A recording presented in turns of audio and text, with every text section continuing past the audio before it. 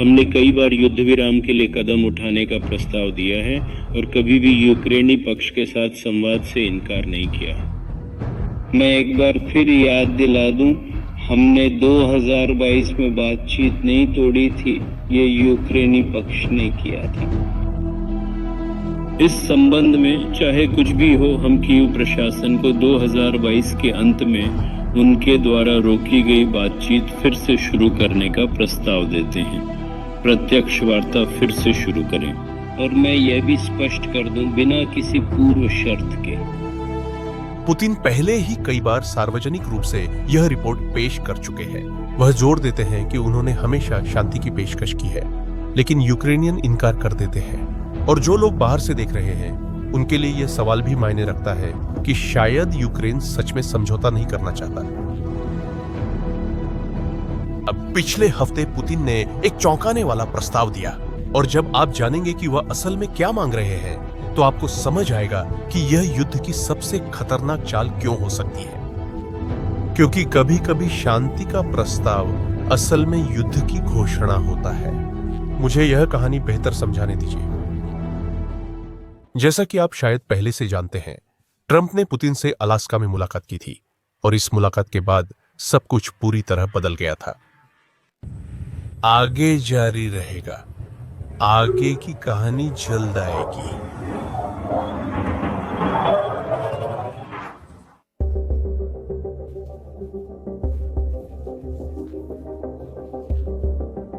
और बस इतना ही। यही वह बात थी जिसकी यूरोपीय लोगों को उम्मीद थी, और मुख्य रूप से यही वह बात थी जिसे यूक्रेन सुनना चाहता था। अब पुतिन से बात के बाद ट्रंप ने अपनी राय बदल ली। अचानक उन्होंने कहना शुरू कर दिया कि एक साधारण युद्ध विराम अक्सर टिकता नहीं है, कि सीधे शांति समझौते पर जाना बेहतर होगा। इस बदलाव ने यूरोप को घबराहट में डाल दिया। उमोतीव उन्हें समझ में अकेला से मैं हुई क्योंकि मन में मुझे आ गया कि ट्रंप ने वही दोहराया जो पुतिन सुनना चाहते थे। और तब शायद आप सोच रहे होंगे कि इसमें समस्या क्या है। अगर दोनों नेता सहमत हैं, क्या यह सबके लिए बेहतर नहीं है? बेन, यही तो समस्या है। जब आप जानते हैं कि पुतिन क्या पास दे रहे हैं, तो आप समझ जाएंगे कि यह सहमति यूक्रेन के लिए क्यों खराब है। देखिए, पुतिन ने अपना प्रस्ताव दिया है, और यह ऑडेस्योसा है उस मायने में जैसी यह है। बेन, यूक्रेनियों के लिए यह एक झटका है। कुछ ही शब्दों में वह चाहता है कि यूक्रेन अपने सारे सैनिकों को डोनेट्स्क और लुहांस्क से बाहर निकाल ले। क्या ये दोनों क्षेत्र मिलकर डोनबास हैं? हां, वह पूरी क्षेत्र अपने लिए चाहता है। अब यहां एक महत्वपूर्ण बात है। रूस इस क्षेत्र को पूरी तरह से नियंत्रित नहीं करता है। डोनबास का एक हिस्सा, लगभग 12% अभी भी यूक्रेनियों के नियंत्रण में है। पुतिन मांग कर रहे हैं कि वे स्वेच्छा से वह हिस्सा सौंप दें जिसे वह बलपूर्वक नहीं ले सकते। देखना कि यूक्रेनियन वास्तव में क्या चाहते हैं। हम जानते हैं कि पुतिन इन वार्ताओं में शामिल हैं और डोनेट्स्क का बाकी हिस्सा चाहते हैं।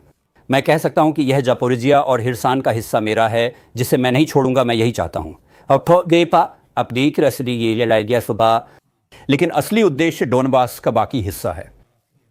यह क्षेत्र कृषि के लिए समृद्ध है। उत्पादन जमीन के नीचे से आता है।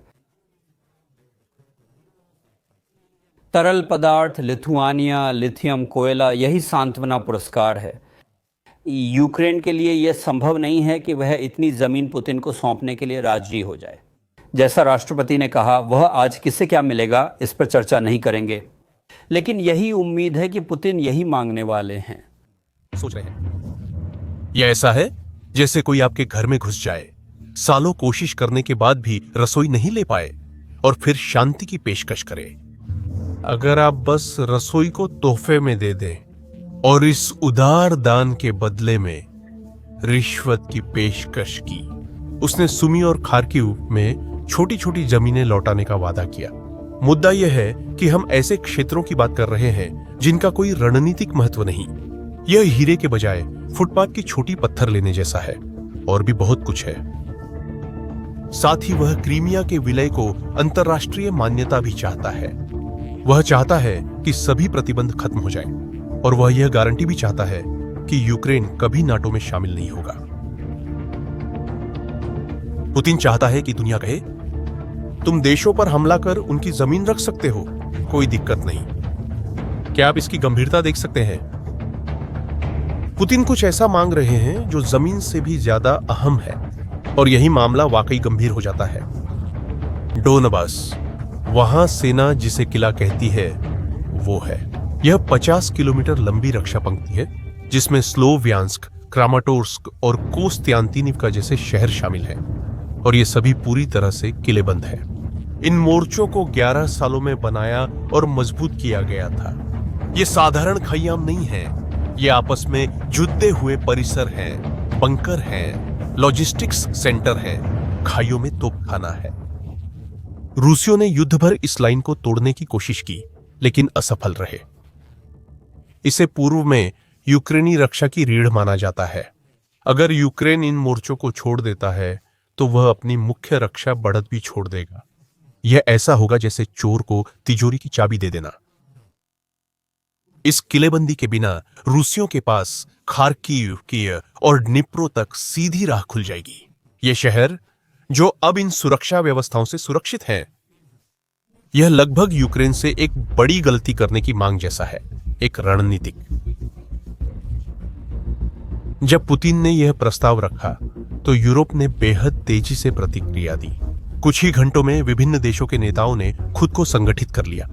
United Kingdom, France, Germany, Italy, Finland, Poland, वे वॉशिंगटन में मिलने के लिए जल्दी से पहुंच गए। संयुक्त राज्य अमेरिका में उन्होंने जो समूह बनाया उसे उन्होंने colligation on off the disposed कहा, और उन्होंने बहुत स्पष्ट रूप से कहा कि यूक्रेन अपने फैसले खुद लेगा। उसकी भूमि, अंतरराष्ट्रीय सीमाएं बलपूर्वक बदली जानी चाहिए। यह एक विरोधाभासी बयान था, सीधे और सार्वजनिक रूप से पुतिन का। लेकिन यही नहीं रुके, बल्कि कुछ ऐसा पेश किया जो पहली नजर में एक महत्वपूर्ण रियायत लगती है। यूक्रेन के लिए आर्टिकल 5 जैसी सुरक्षा गारंटी। मैं बताता हूं इसका मतलब क्या है। नाटो का आर्टिकल 5 एक समझौता है। अगर कोई किसी सदस्य देश पर हमला करता है तो बाकी सभी नाटो देश ऐसे मानते हैं जैसे उन पर हमला हुआ हो।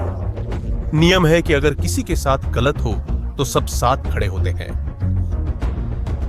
यूरोपीय लोगों की नई गारंटी भी ऐसी ही होगी। अगर रूस ने यूक्रेन पर हमला किया तो फ्रांस, जर्मनी और यूनाइटेड किंगडम जैसे देश यूक्रेनियों की रक्षा करने का वादा करेंगे, जैसे कि उन पर खुद हमला हुआ हो। फर्क यह है कि यह आधिकारिक रूप से नाटो के जरिए नहीं होगा, बल्कि यह यूरोपीय देशों के इस समूह द्वारा किया गया एक अलग समझौता होगा। और आप जानते हैं, जब पुतिन को इसके बारे में पता चला तो उनकी प्रतिक्रिया, इस विचार से सहमत होना अजीब लगता है ना? आखिरकार उन्होंने हमेशा कहा है कि वह यूक्रेन को नाटो में नहीं चाहता और इसी तरह की सुरक्षा गारंटी को स्वीकार करेगा। देखिए, यह गारंटी एक ट्रोजन की तरह है, लेकिन कूटनीतिक। क्या आपको वो कहानी याद है? यही ठीक वही है जो पुतिन कर रहे हैं। वह इस सुरक्षा गारंटी को स्वीकार कर रहे हैं। यह रियायत जैसी लगती है, मानो वह किसी अहम चीज के आगे झुक रहे हो, जबकि असल में यह एक जाल है। पुतिन जानते हैं कि देशों के समूह के अनुच्छेद 5 जैसी गारंटी नाटो की असली गारंटी जैसी नहीं है।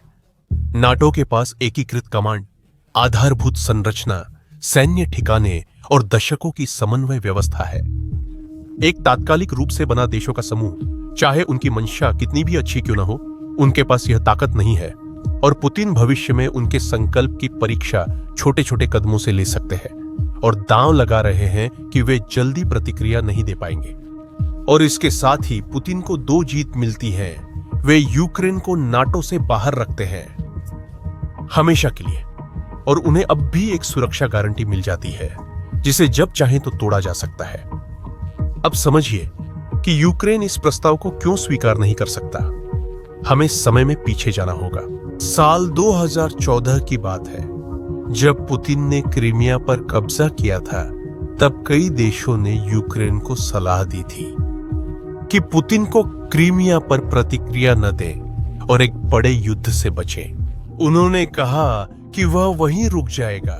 सलाह मानी गई और बिना लड़े क्रीमिया पुतिन को दे दिया ताकि वह संतुष्ट हो जाए।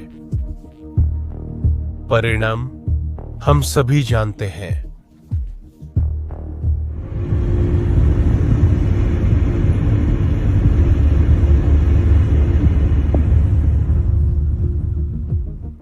पुतिन नहीं रुके।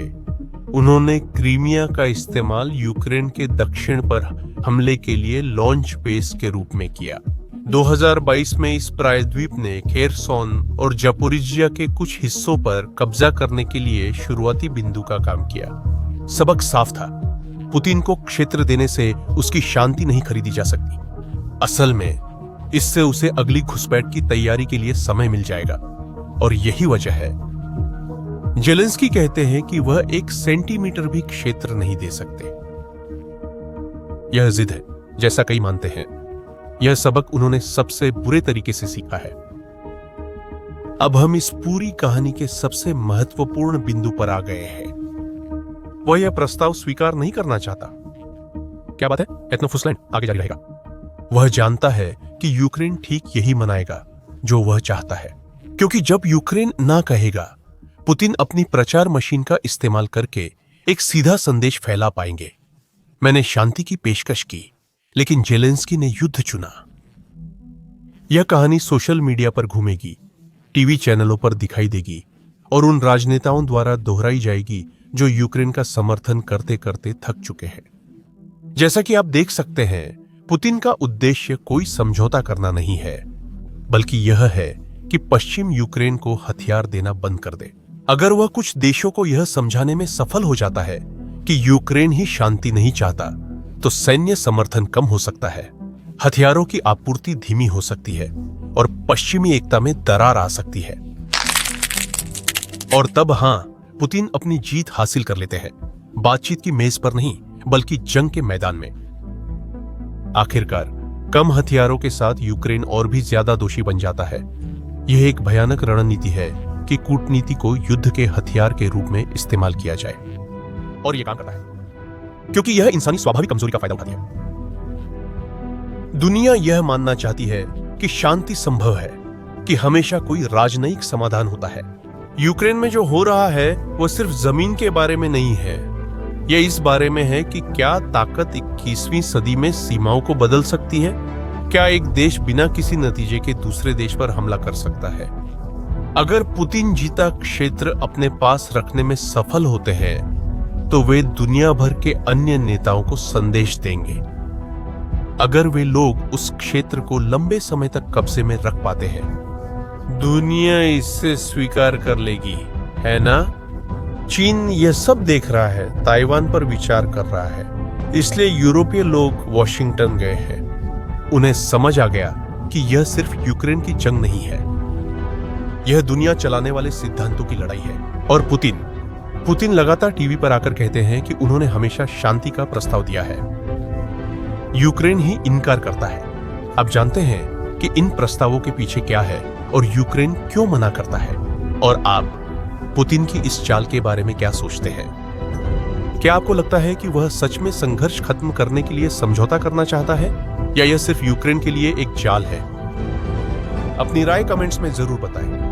अगर इस वीडियो ने आपको इस जटिल स्थिति को बेहतर समझने में मदद की है, तो चैनल को सब्सक्राइब करें और इसे उन लोगों के साथ शेयर करें जिन्हें इन जानकारियों की जरूरत है।